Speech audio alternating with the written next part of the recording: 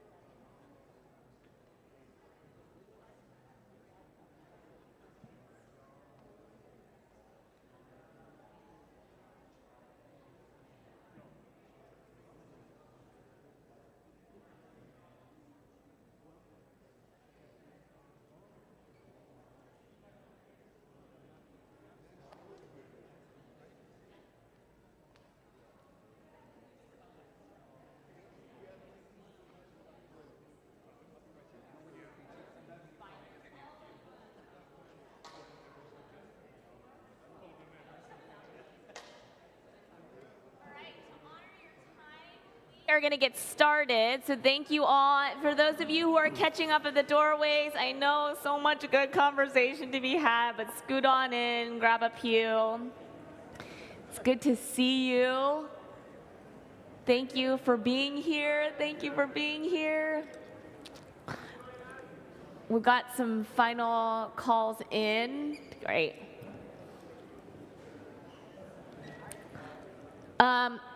Jeff is right. I refused to send him questions in advance, mainly because, kind of like with Ben, I have 4 million questions that at any given point in time I want to ask or talk with Jeff about, and I really wanted to hear what he was going to talk about in his sermon and feel the room in terms of what was resonating with folks. And I promise today, y'all, I will leave time for your questions. I already know someone came up to me, they're like, but are you really going to make time for questions? I know, I've been Are the mics just a prop?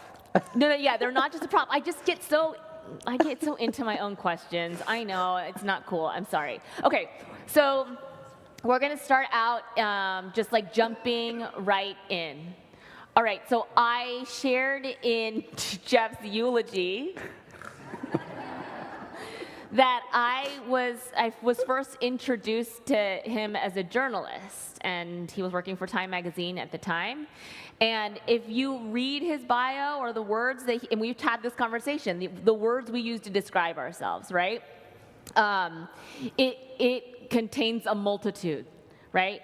Journalist, author, speaker, preacher, convener, all of these, wannabe farmer, all of these things. So can you tell us a little bit about where you are right now, what you're up to, where you're living, like locate us in your story? So let me address those words you just used, right? In American culture, people define themselves by what they do, which is fascinating. That's what bios in the US are for. Yeah. And I don't actually identify primarily as an author or as a speaker or as a preacher, right? I am the son of Timothy and Grace, who are from Hong Kong. I am the grandson of Wing Hong and Mo Lan Chu and Chen Xiuhai and Choi Yok-king, you know, all of whom were born, well, one of my grandparents was born in Singapore, the other three in China, right? Like, I am who I am because of who came before me. So that's my primary identity. Yeah. And now I live in Michigan, which is another reason I believe in Reformed theology, because I would never have chosen to live in Michigan. I live in Grand Rapids, Michigan, in a little blue house with my husband and an old deaf shelter dog who has thyroid problems. Fozzie. And Fozzie. You can follow Fozzie on Instagram, at FozzieFoz.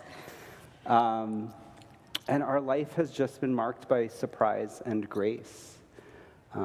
If you had told me when I was roaming Shattuck and Telegraph all those years ago that I would be happily married and that I would be in church and that I would even have an inkling about what God's love could and would look like, I would not have believed you. So you mentioned the Jeff of 20 years ago. Yeah. And interestingly, my story intersects with yours when I left the church. And now I really do feel like you've shepherded a community of those who are who identify as Christian but have largely rejected institutionalized religion or institutional Christianity. So have you? I mean, you've kind of intimated at this, but have you ever left the church for a period of time? And what does that mean? Yeah, right? So there was a phase when I lived in London working as a reporter for Time magazine for 5 years. And in those years, I would go to church maybe once a month. After I moved back to the US and started working in the New York office, that's when I came out. And that's when folks started quoting Leviticus at me. It's pretty hard to sit in church knowing that people you've known and loved have written you these things, like in a letter, old-fashioned letter, right? To you individually? Yes. Quoting Leviticus. To see someone who loves you deeply saying, the blood will be on your heads. Right? And then to sit in church on Sunday doesn't feel super great. So I would say for a good 2 or 3 years, I barely went to church at all.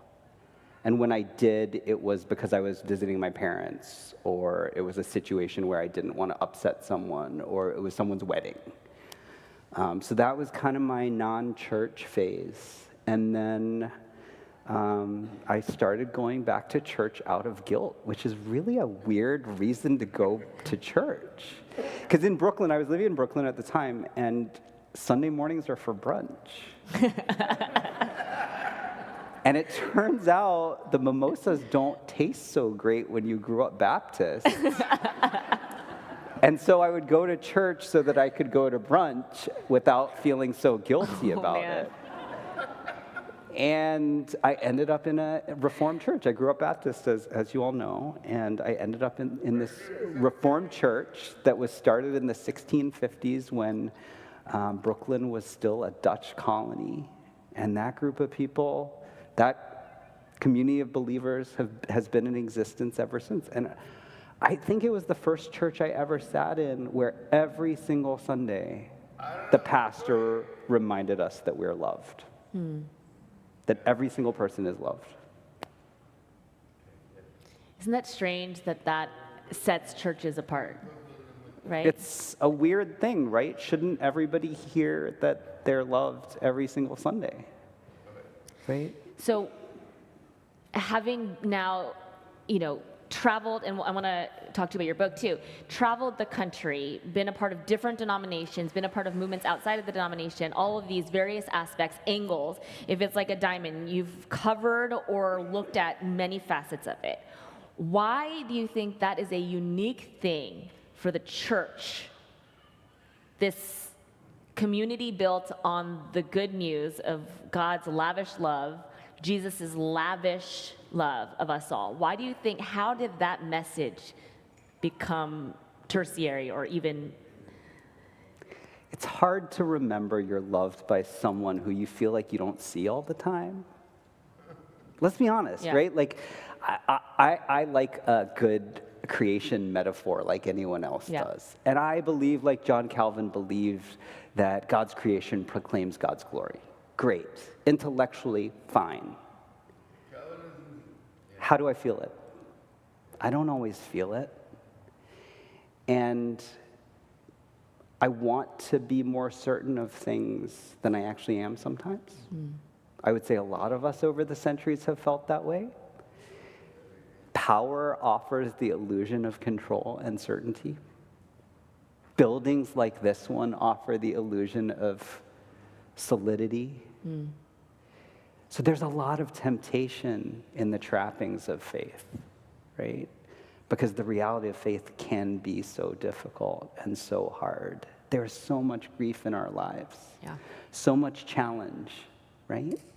Even when we're sitting here in this space, we're confronted by diversity that might make us uncomfortable. How can we be reminded that there is grace and there is love that covers even this? That it even abounds in situations where we're uncomfortable.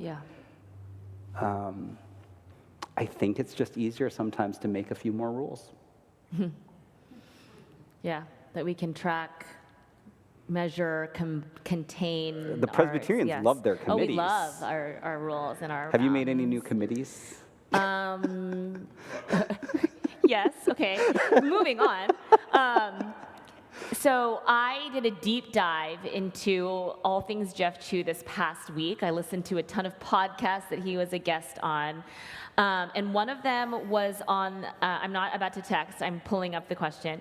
One of them was with Susan Stabile. It was this Enneagram podcast where Jeff is talking about the power we give to people over us. And so I'm piggybacking this question on what Jeff just said about being this kind of radical love where we're with people who are different. We like to use the euphemism of diversity or different than us, but sometimes those differences put us over and against each other, like the kind that manifests as a letter quoting Leviticus, for example, right? And so you were referencing how some of your friends or people that you know have said to you, I won't engage others who don't affirm all of me, every aspect of my existence. And who even criticized you and your relationship with your parents because your parents are not affirming of all of your existence. And you responded by saying that boundary works for some people, but it doesn't work for you. To just say, I will not engage with people who don't affirm every aspect of who I am. And that was a challenging thing for me to hear because I feel like we now live in a world where it's like, we're all or nothing, right? So can you just walk me through the complication, the complexity of all of that? So I feel like I've lost a lot of time and energy to fundamentalism. I grew up in Baptist Fundamentalism. It was kind of a Chinese version of it, so I don't want you to think it's like politicized in the same way as the white Christian nationalism that folks are so fond of talking about right now, right? It's more conservative Chinese culture alongside conservative theology. So that was the cultural world I grew up in. The collective is what matters in that world. Your personal feelings really aren't that important. And so to find who I am and a good balance, I think all of us are always struggling to find a good balance between the individual and the collective, right? Because we are who we are because of relationship. We're not just autonomous islands floating out there. So part of the journey has been to learn to hold on to the power that God gives each of us to recognize that we are loved. If we actually believe that we are loved, how much power am I going to give to another person to diminish my belovedness? So if someone says to me, I don't believe your marriage is legitimate or holy, how much time and energy am I going to allow that proclamation to have in my life? Am I going to let it outshout what I believe God is saying? Likewise, I've encountered folks who are either explicitly or implicitly anti-Asian, right? That's a reality of our world. How much time and energy am I going to give to that? How much power am I going to give to those words to let them outshout God? So we have choices. Yep. And I'm not saying that it's always easy to do that, right? I am saying that each of us would be better off. Congregations would be better off. This world would be better off if we spent more time cultivating our own sense of our belovedness. Because it would protect us from those fundamentalisms. It wouldn't when we see our own belovedness, we also see other people's belovedness.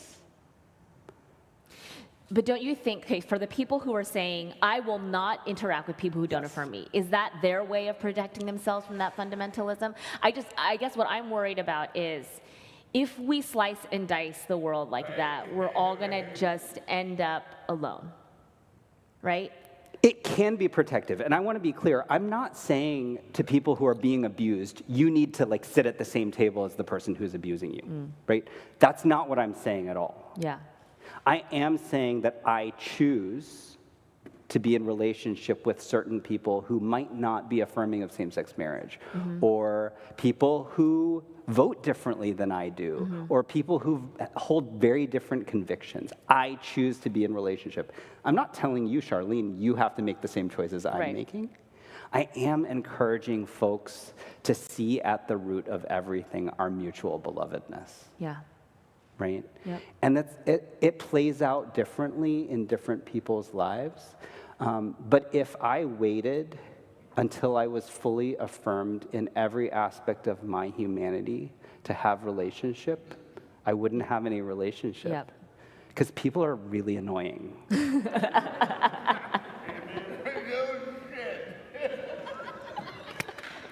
Amen. Amen. Amen. Something we can all agree upon. So you're going to be annoyed that I'm bringing this up, but you are a part of a subculture that I am naming Christian influencers. Oh, Lord. I know, okay? So I knew you were gonna, and Am I supposed to offer a discount code No, now? I know, right? And I even, I kind of I don't even want to put those words together, but I don't have a better word for it, right? And especially with Instagram, Twitter, social media, all of these things are giving a platform that was previously, like when I was growing up, it was, the platforms were, I guess, televangelists, your local pastor, or Christian musical artists, Amy Grant, Michael W. Smith, DC Talk, what have you. Those were the platforms. And so usually these were quote-unquote influencers who were sanctioned by a recording label or a church or whatever. And now, I mean, it is the democratization of so many various platforms, whether it's politics, whether it's farming, for example. Sure. There's going to be farming influencers, decorating influencers. So there is a subculture of Christian influencers. And again, I know you're going to kind of like, you don't want me to refer of it in this way, but where we're seeing by the people who are resonating with you, like when I shared that you were going to be a parish associate here, they're like, oh my gosh, Jeff Chu, I follow Jeff Chu. I also follow, or I have read Rachel Held Evans, or I also follow Sarah Bessey. Oh my gosh, I love Barbara Brown Taylor or Brian McLaren, a group of religious public theologians who are speaking to this thing that's happening on the margins of the church. Sure. So, like, what is that phenomenon? Because you're looking at the people a lot, by and large, who you mentioned in your sermon, we're in the church. Our butts are in these pews. Mm-hmm. But meanwhile, out there is this growing movement of people who love Jesus, but are not resonating with what's happening in here. I think a lot of us are tired of the performance of Christianity. Mm. We want something that feels authentic and true and not hypocritical. Many of us want something that feels like a big enough container to welcome all the things that don't seem to fit together neatly. And let's be honest, sometimes beautiful sanctuaries like this one don't always feel that way, right? Barbara Brown Taylor is one of the most beautiful preachers to me because she makes room for the messiness. Somehow in her poetic prose and in her metaphors, you feel this sense of hospitality where she's cooking you a little bit of an appetizer of what the feast of heaven might look like. Mm. And you can feel just a little more human in the process of sitting with her sermon, right? I think we're looking for friendship too. We live in a lonely society for so many different reasons, right? I don't think that the rise of social media has made us any less lonely. If anything, it has multiplied that loneliness. Yeah. It's made things harder. Maybe we can talk about later. I'm curious if you all First Pres folks might enjoy, for instance, doing a social media workshop. It's something I've done before where we'll spend a few hours together thinking theologically about how we show up online, both as consumers and as people who post. I think we are a little more lonely because we were never wired to take in all this. So we find someone like Rachel, or we find someone like Sarah, or we find someone like Brian McLaren, and in the space of a paragraph or two, they offer us a handhold or a foothold where you say, I'm not as alone as I thought I was. Yeah. Someone else can understand this little bit of my journey, right?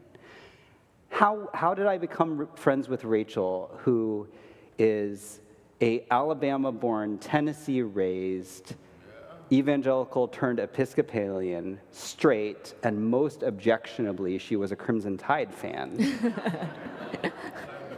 And yet we found this common ground, right? That is the beauty of the church at its best. Because she was out there in public offering a message of hope. And if we do what I think we're called to do, we will each do that in our own small ways, right? Whether it's social media, whether it's bringing a meal to a friend, whether it's just saying hello to a person that you wouldn't otherwise acknowledge. All these things are ways to influence and to bring a little bit more love to a world that needs it. So based upon your continued commitment to the church, I mean, you're sitting here. I am sitting here. You have deepened roots in communities. You're not just interested in popping by and dropping in a sermon every once in a while. So you believe in the church. I do. And I wonder if, because I also, as a partaker of consumer of social media, and as someone who has listened to Barbara Brand Taylor preach and been like, oh my gosh, I feel seen, or read a book by Brian McLaren and been like, oh, can that possibly be an option for me? Same with Rachel Held Evans, same with you, that in creating these pockets outside the church, the same things that force people to leave the church, performativism, is happening just in a different space, right? Okay. So, right, because you're saying people have left the church because they're kind of getting sick of just talk. Mm-hmm. And like you said, social media is making us even more lonely, and it's becoming these spaces we're just canceling each other left and right. So, which begs the question of all of these things. What is church? So this is where I get a little dogmatic. Okay. Right? Right now, I could go on Facebook today and find within, I guess, 30 seconds, some very well-meaning person who took a walk in the woods this morning and said they had church. That person did not have church. That person had a really nice walk in the woods. Mm-hmm. It might have been sacred. It might have been beautiful. It might have pointed that person toward the divine. For me, church is communal. It requires more than one person. It requires us to orient ourselves away from just spiritual consumption toward worship. It's an outward movement. One of the blessings, so my husband's Catholic, one of the blessings of being married to someone who is Catholic is being reminded that going to church on Sunday is not fundamentally about feeding yourself or hearing a good sermon or learning something about God. It's about God. It's about the Eucharist. It's about, yes, reception of grace, but then pouring out that grace to the world in gratitude. That's one way in which I think I'm a better Christian because I'm married to Tristan, right? Yeah. I've learned theologically from our marriage. I believe in the church because I believe it's important for us to be together as creatures, created beings who are so vastly different, right? We have hundreds of stories in this space, layers of secrets, things that you would never say. And here we get to have those secrets and those stories embodied, not always shared because it doesn't feel safe necessarily, but sanctified nonetheless. Yeah. And if we allow them to be consecrated, right? Blessed to God's service. Yeah. That's why I believe in the church. We have enough institutions and spaces in this world that are encouraging us to focus on self-help and self-improvement. I'm not interested in self-help and self-improvement. Yeah. I'm interested in communal health and collective grace and redemption for all of us. That's what the church at its best, I think, can do. It can proclaim a different kind of love than we typically see celebrated in this world. Yeah. Amen. Amen. I like walks, though. Yeah, walks I do. are good Yes, too. I do too. So you wrote this book, Does Jesus Really Love Me? Question mark. So does Jesus really love me? A gay Christian's pilgrimage in search of God in America. Yes. Putting it out there. Fascinating. And you just talked about how your own journey, personal journey of, the hiatus, the sabbatical, let's call it, you took from church, being as a result of the kind of rejection of that part of your identity.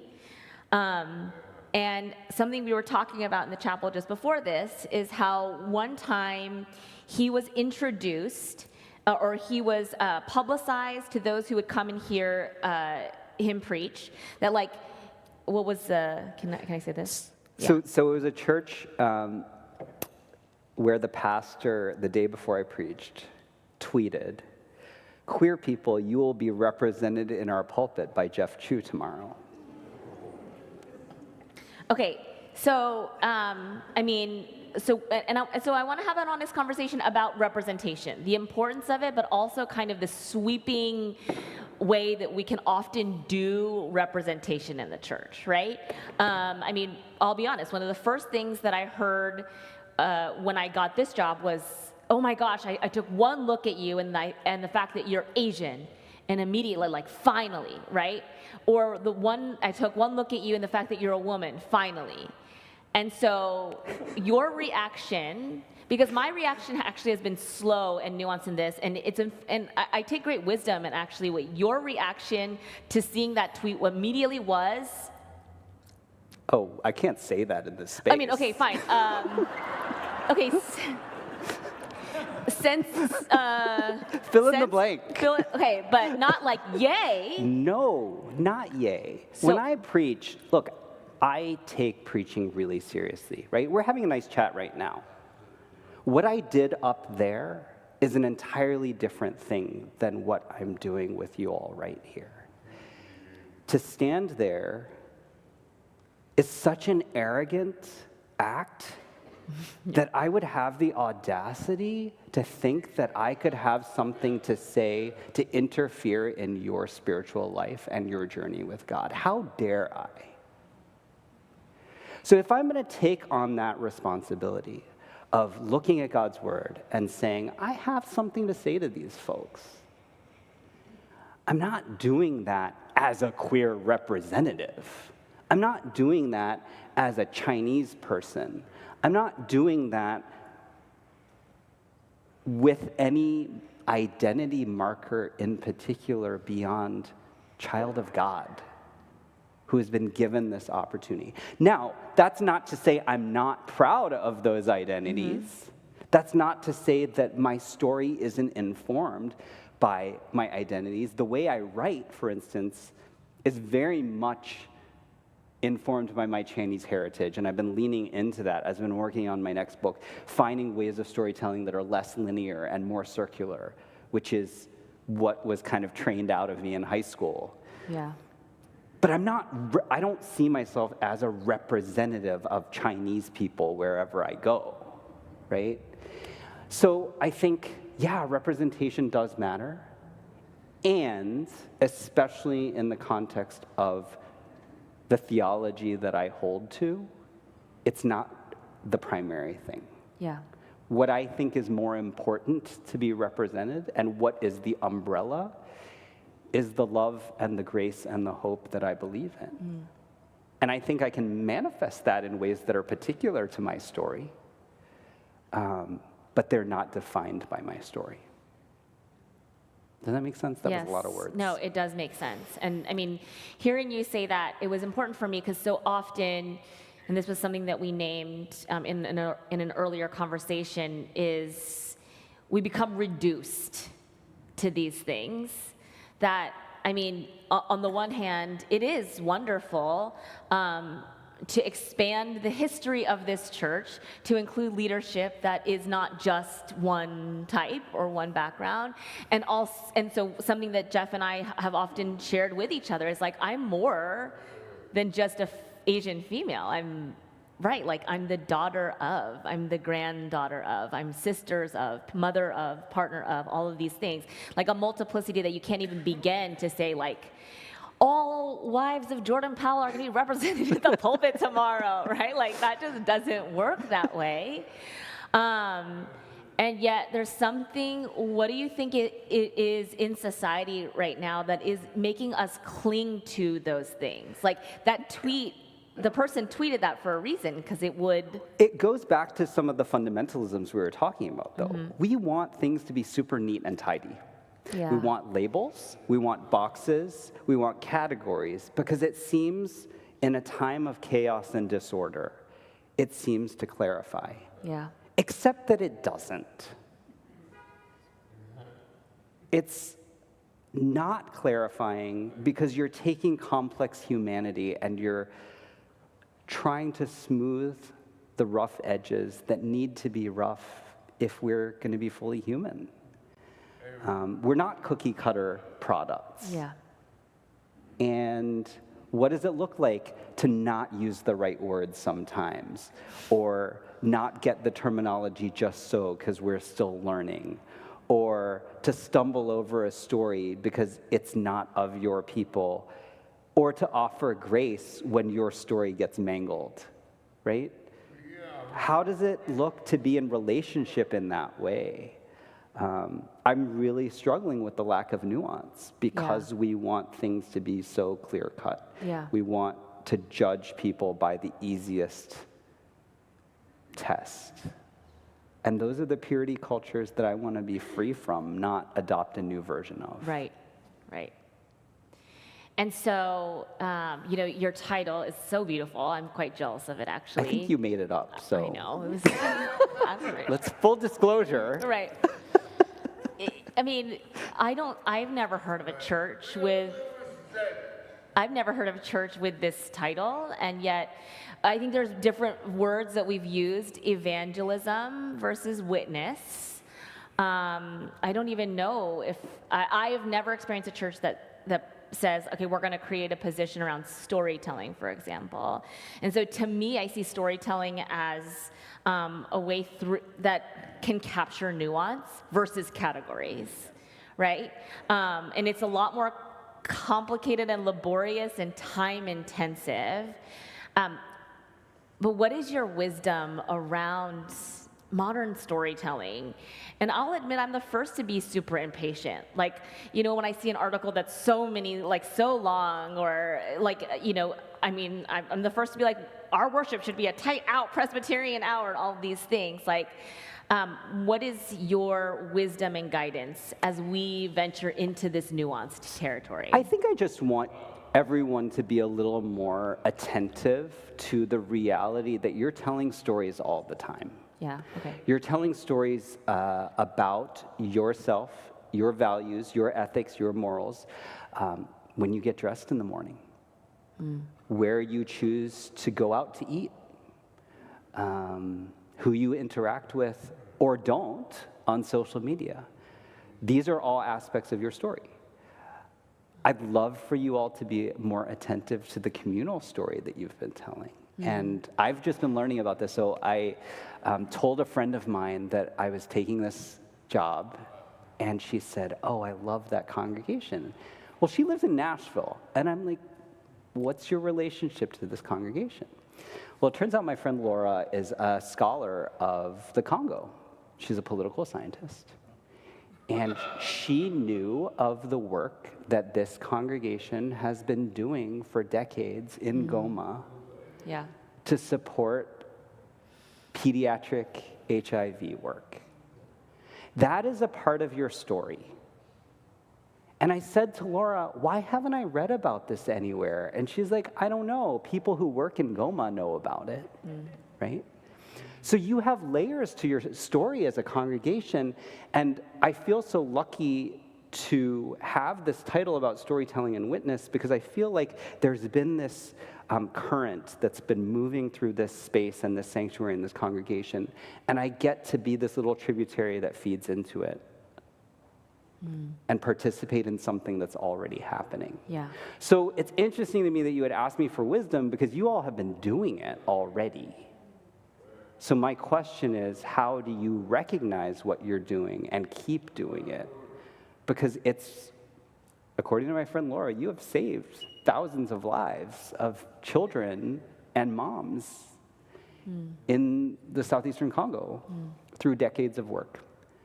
And I'm sure there are 10,000 stories like that, big and small, right? That are happening in these pews, that are happening in your spaces, that are happening in the lives of your parishioners. Yeah. So just to be more attentive to that and to recognize the goodness and love that's there. That's all. Okay, here's my final question, because I promised you all space to ask your questions.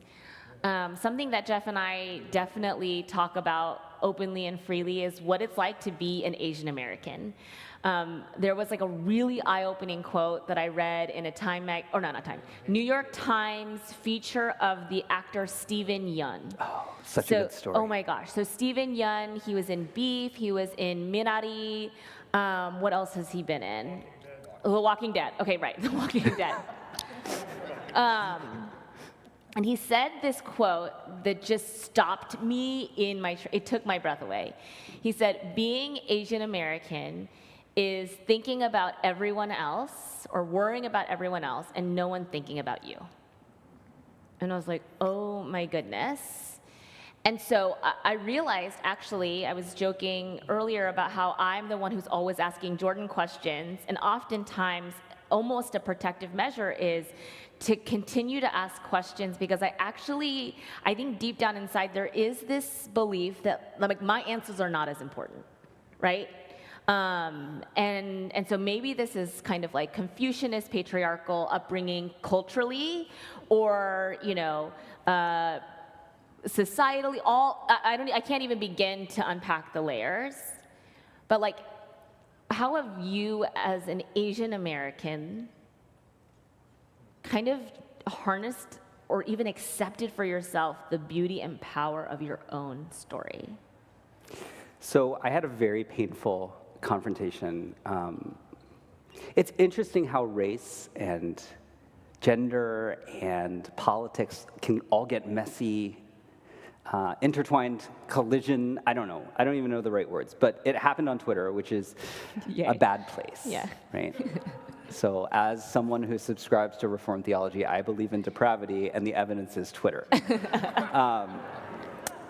So there was this person who was attacking me for like months for things that I was actually not responsible for. And one day a friend came to me and she said, I was wondering if you would consider writing this person an apology. And I said, an apology for what? Well, she really feels that you have harmed her. And I said, harmed how? Because I was just trying to explain that I wasn't responsible for the things that she was accusing me of. So I was in bed one night, and this conversation went on for months because I would not agree to the apology, because I did not believe I should apologize for something I didn't do. In my adult life, this is probably the clearest experience I've ever had of feeling like I might be hearing God's voice or the Spirit's words, because I'm not woo-woo like that at all. And I kept hearing, die to yourself. Die to yourself. And it was super annoying, and it was late at night, and I might have had a gin and tonic. And so I woke up the next day, and I was like, oh, it's still there. Die to yourself. And the PS to die to yourself is, you're loved. Yeah. So it doesn't really cost you anything to meet this person where she needs and offer her the grace that she craves. And the next day I wrote this apology for something that I didn't do. And I chose words that I could say honestly, because I didn't want to lie. Yeah. Right? What does that have to do with being Asian American? And stories. And stories. I believe I am first and foremost a child of God who has received God's grace. And that defines the way I want to move through the world. My husband will tell you I do not always move through the world that way. That's how I want to show up. Yeah. I do believe it's about us. It's not about me. I do believe that each of us is marked by the love that will be sufficient to meet our needs. And in that love, we can show up graciously to the world, not worrying about whether we get what we think we deserve. It is a really impoverished life to run around trying to get what we think we deserve. Yes. And we will never fill ourselves up in that quest. Yep. The love is already there. The love is already there that we're looking for. Yeah. And we need to remind each other of it. Yeah. Because we can't find it ourselves. I just want to sit with that.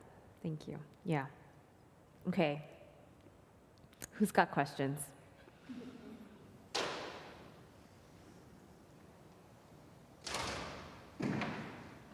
You know, people are going to use the mics. Thanks, Sherry. And I got you. I'm clocking you, Tim. Okay. You're up next. Yeah. Okay, so I guess I would first like to tell a story of a conversation that I had on a group call with my 2 adult children yesterday who were raised in the church, have not attended the church for a good long while. One big reason, they are both straight, but they have many not straight friends, and they have been very upset and disillusioned by how the church has treated non-heterosexual people. But in any case, we've, reading group that I'm in, have just read the book Work, Pray, Code. I was in biotech myself. My son and my daughter's partner are in tech. And I was saying that even though I worked in biotech, I took early retirement, was lucky enough to be able to do that.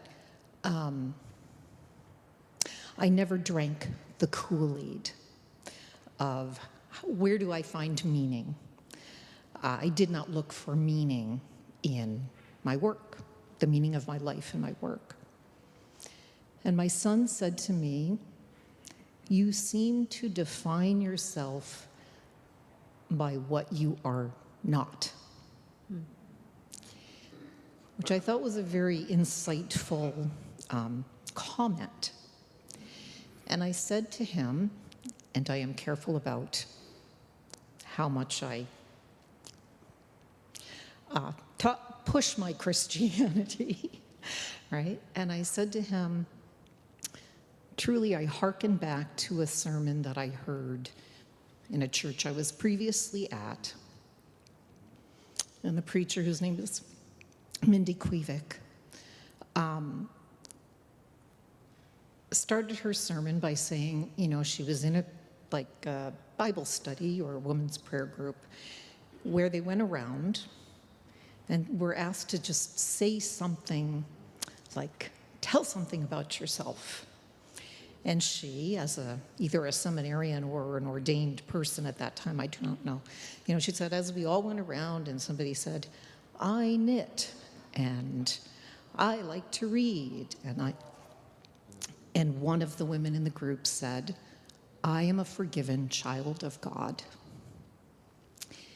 And she said, from the pulpit, why didn't I think of that? And that has been so meaningful, so poignant in my life. And I said to my kids on this call, that is my identity. I am a forgiven child of God. And I guess I'd just like to impress upon people that, that is the way you want to show up. That is the way we all are privileged to show up. We are all forgiven children of God. And so a question, I don't know, except maybe, when would you like to go for a walk in the woods with me? That would be my... So here's one of the struggles with this way of moving through the world, right? It doesn't fit very well with our desire for instant gratification. Who knows if your kids will ever come around to an understanding of God that corresponds to yours, that resonates with you. They might never, right? But maybe there will be those tiny moments where they glimpse some divine goodness, or they just feel your love. And that's got to be enough. We're not going to get rewarded for showing up as children of God, as beloved children of God, in the way that the world likes to define as success and reward. It's just not going to look the same. But it's really exhausting, especially if you try to go it alone, to show up that way day after day after day. That's why we need each other. Yeah. Right? We need folks to remind one another that this is a countercultural way of existing, that grace and forgiveness are not currencies that most of this world traffics in. Yep. Yeah. It's going to be hard. Yep. Thank you Thanks, Jerry. for listening. Tim?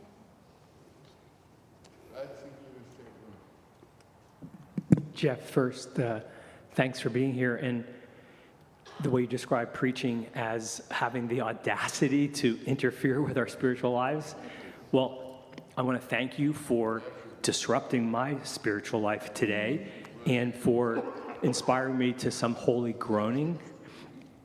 So the question I have, and if it's premature to ask, then please tell me. I'm excited to see Charlene's announcement in our Friday email of your new position. Could you share just some maybe vision, dreaming, hoping that you're doing around this position with us now? Is it too early for me to ask you that?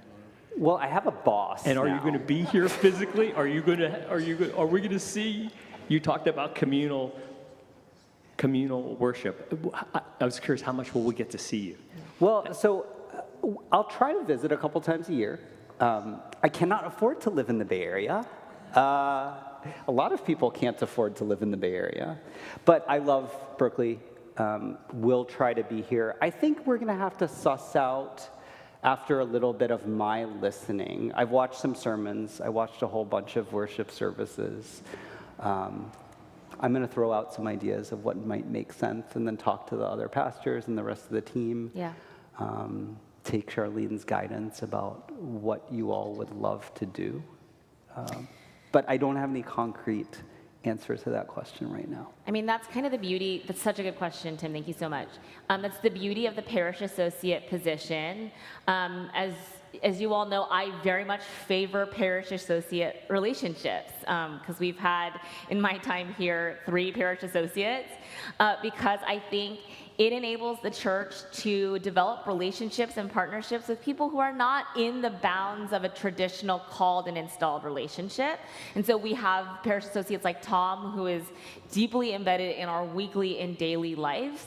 And then we had Jake Metcalf, for example, who was a great resource to us. We toured Firm Foundation and the work that he was doing. He came in and talked about the housing crisis here, how we can be a better neighbor to our unhoused neighbors, and he preached. So it can really vary. And the awesome thing about, I guess coming out of the pandemic, but also pre, is technology, that we can have a parish associate who lives in Grand Rapids, Michigan, right? And so we have dreamed and brainstormed around ideas of groups or classes that Jeff can teach or lead, which will all be in line with what we're doing with a place at the table and our work and belonging. That is so in keeping with the work that Jeff is already doing. I think one of the things, and can I just affirm back to you all, this January speaker series is pretty, in my opinion, pretty awesome. And I also know that for some congregations, the prospect of hearing a different voice 4 weeks in a row, right? We had Tom first Sunday, then Ben, then Jeff, then Rihanna. For some people, that feels exhausting. Like so many different types of music and songs to hear. It's a muscle that one develops, right? So it's like buying a season pass to something and be like, this week you're going to hear a country concert. Next week it's going to be metal. The week after that it's going to be classical, and we're going to close it out with some 90s R&B. And you're like, that's not my musical taste. And what I've seen happen so beautifully in this congregation is a muscle and a desire to hear new voices. And so that is that's the ultimate hope and vision for these parish associates, is to breathe that fresh air of this voice into this community in and focused around, for Jeff's situation, storytelling and witness. So we're kind of creeping into this. I mean, he already just came up, he was like, social media, right? That's probably the primary medium of storytelling that's happening in our daily lives is social media, whether we are aware of it or not. And so to be able to have a thorough conversation around the theology, the challenges of social media is a perfect example. All right, one more question. Who's got it, Rick?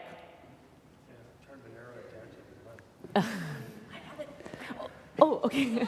Sorry, We can do two. We'll do two. Two more questions. Okay. Oh, Sandy and then Rick. Jeff, I heard on a podcast this week something you were saying, like how we hold on to the image of God that we create throughout our lives, and how hard it is for us to let go of that to see the real God. I'm wondering if you have any strategies or ideas of how to help us let go and dig into who God really is. So I need to stop doing podcasts because Beautiful apparently question. people listen to them. Beautiful question.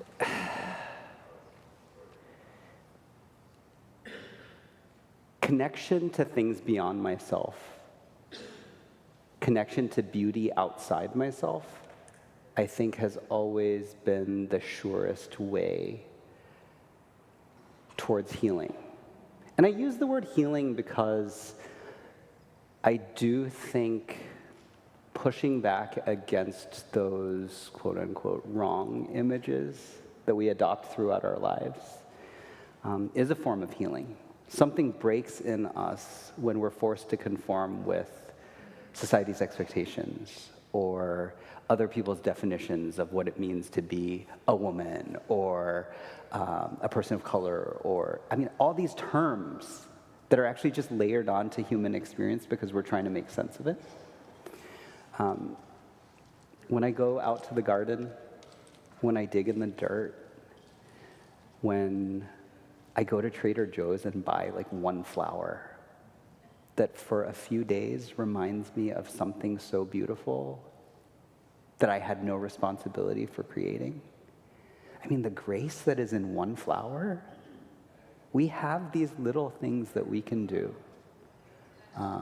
We're gonna probably go to Acme this afternoon and get a loaf of bread to bring back to Grand Rapids because bread travels really well. The sourdough that is in a loaf of Acme bread and the beautiful microscopic things that are happening and the baker's hands and the heat and the water, I mean, that is a picture of salvation right there. A goodness that is beyond us. These things are all around us all the time, inviting us to notice them and to connect to the gifts of God. Yeah. Jeff is such a beautiful, farmer in that, you should subscribe to his Substack because he'll open up these metaphors like he did in his sermon and just now, where you're like, now will you ever have a piece of sourdough bread the same? No, right? And if I can tack on, and I'm not going to make this just answer, so if we believe that we all bear the image of God, to me what has miraculously chipped away at my preferred image of God is having lunch with people. And people that, and I get to, that's like a part of my job, is that I get to have coffee and lunch with people. And there are never enough hours to have coffee or lunch hours to fill. But every single time, even ones where I'm like, I have no idea what we're going to talk about. Like, there's no agenda, right? And I'm always like, oh, what a beautiful reflection of who God is. And so I found that along with sourdough bread. now, along with sourdough bread. It's a really beautiful question. Thank you, Sandy. Okay, Rick, close us out. Thanks, Jeff. One, I totally identify with the story. Was it your grandmother shopping? In China. I grew up in a 3-generation household and was in Chinatown with my grandmother, and I just kept a lot of great memories from your story. Going back to the comment or the story you were talking about, the Twitter post by a pastor who was, announcing your time in the pulpit. I mean, I immediately thought, well, one, that pastor at that particular moment, and you had mentioned, and now Charlene has mentioned, that worship, it's the attention on God. And he wasn't pointing to God at all in that post, speaking if you come into worship. But I was really curious. You've talked about the importance of community. And when you were describing how, or Charlene asked you the question, how did you feel when you saw that? Did the sense of community come into play at all following that? Or did you feel like you're alone in your response to that? Yeah, that's such a fascinating question. So what comes to mind is a conversation I had with my friend Pearl, this beautiful seminarian who I met at the Farminary. We grew up in such different circumstances, and one day we were working in the garden. Pearl is this, I tend to be more quiet and soft-spoken, and Pearl is loud, like beautifully loud and gregarious and extroverted, where I'm shy and introverted. And she said, it's so interesting to watch so many of our classmates want to stand out. Why is it that it's just a few of us who talk about what it means to belong? And we wondered whether, because she's a queer Black woman and I'm a queer Chinese person, and in so many settings we've been singled out, maybe something in us is then wired to hunger for just belonging, just fitting in, right? You can't force any community to create belonging for you.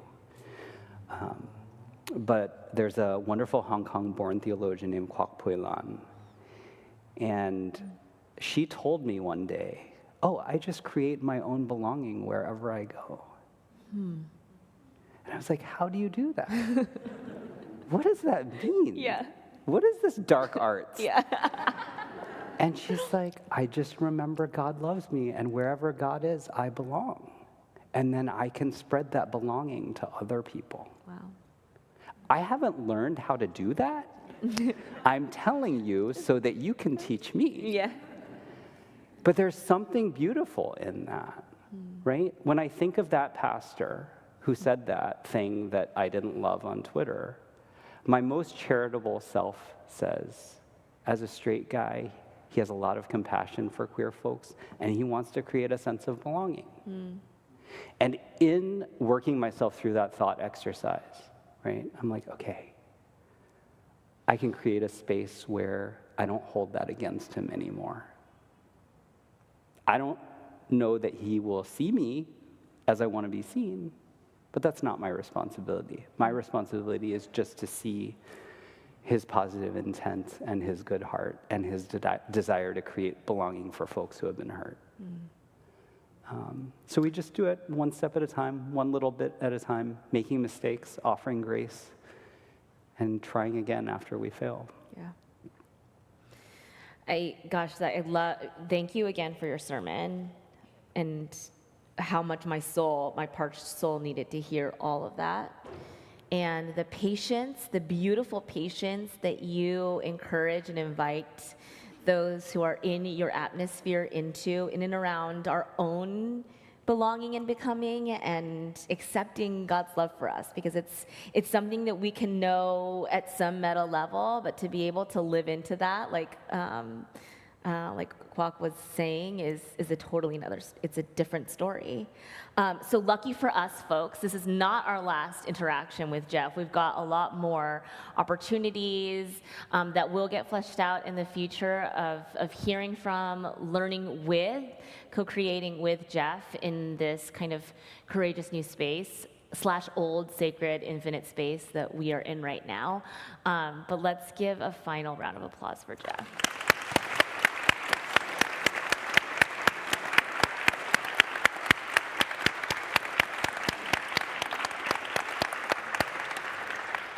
Come back next week. We do this all again.